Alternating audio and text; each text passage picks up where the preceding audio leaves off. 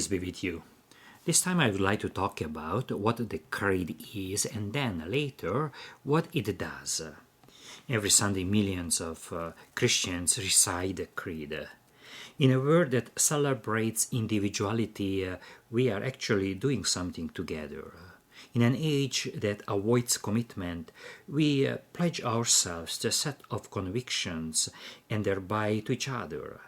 In a culture that rewards novelty and creativity, we use words written by others long ago.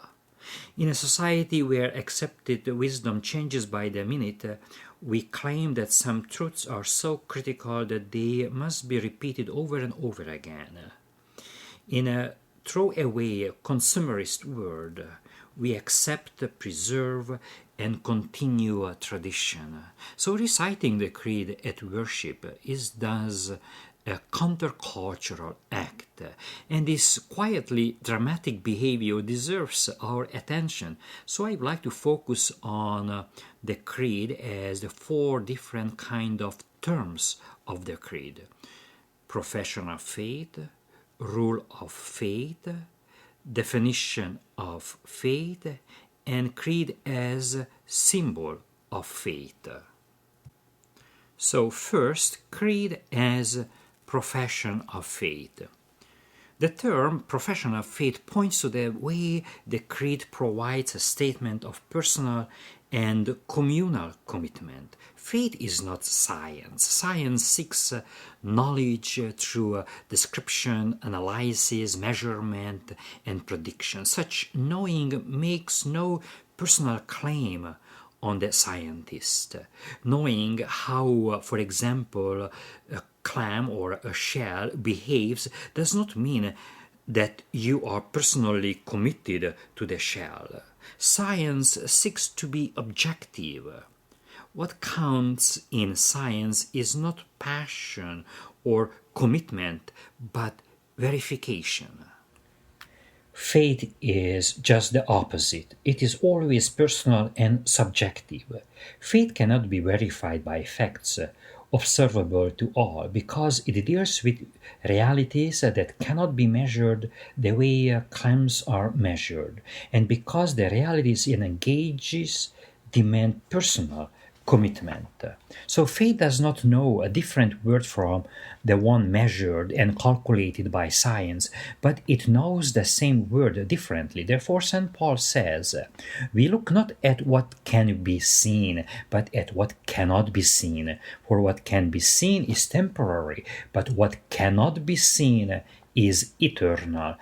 So we see the faith's language is consequently not the scientific language of description, analysis, measurement, and prediction, but the language of confession, profession, and bearing witness.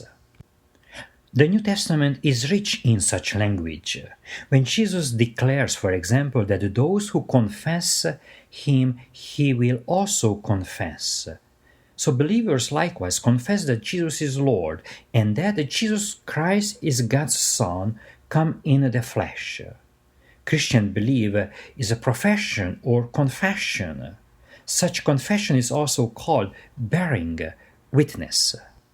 In conclusion, we can say if the profession of faith points to the way the creed provides a statement of personal and communal identity. Secondly, let's see a creed as rule of faith, which points to the way the creed provides a measure or norm for Christian identity. The rule of faith also provides a norm of Christian life. Humans tend to act in accordance with their convictions about the world. If people think that God creates the world, their life ought to reflect that conviction by thanksgiving, reverence, and sharing. But if they believe that the world is simply the result of accidental processes, they need not be grateful at all, but can take from others whatever they want and can get. Likewise, if they believe that God creates everything, visible and invisible, they should refuse to regard or treat any part of the word as disposable.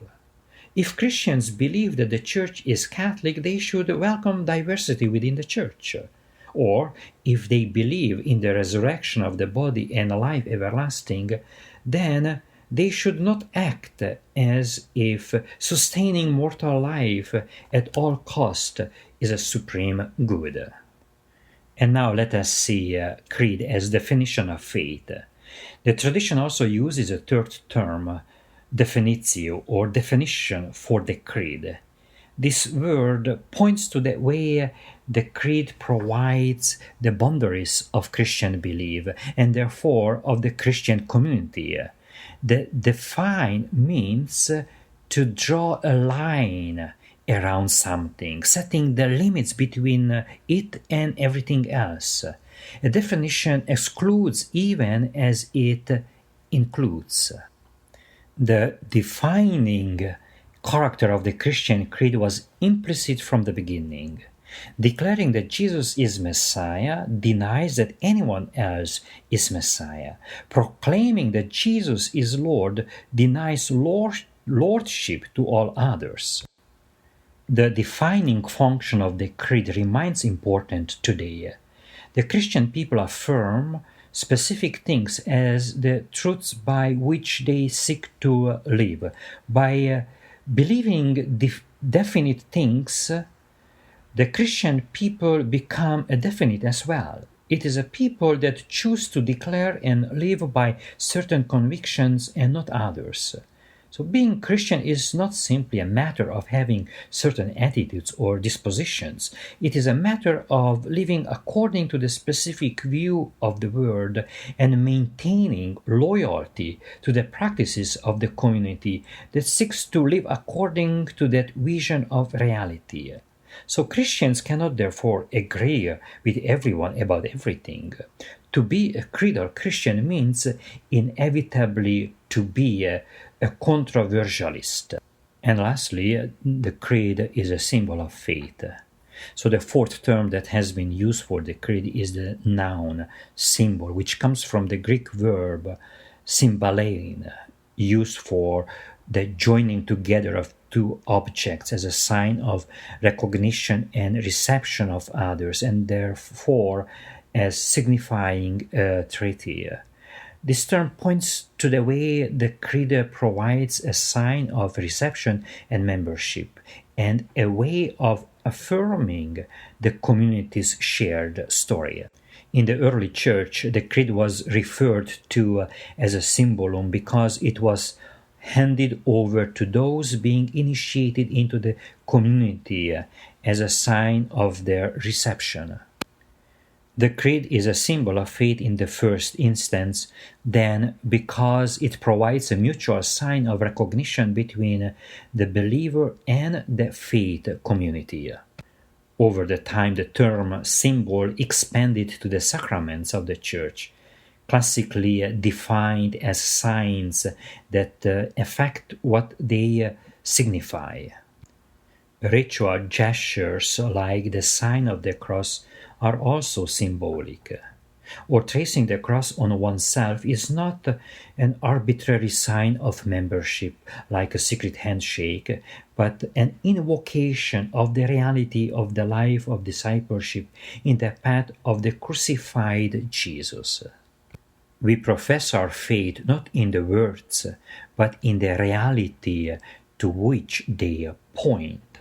So the creed can be understood as a symbol of faith because through analogy it speaks truly about God.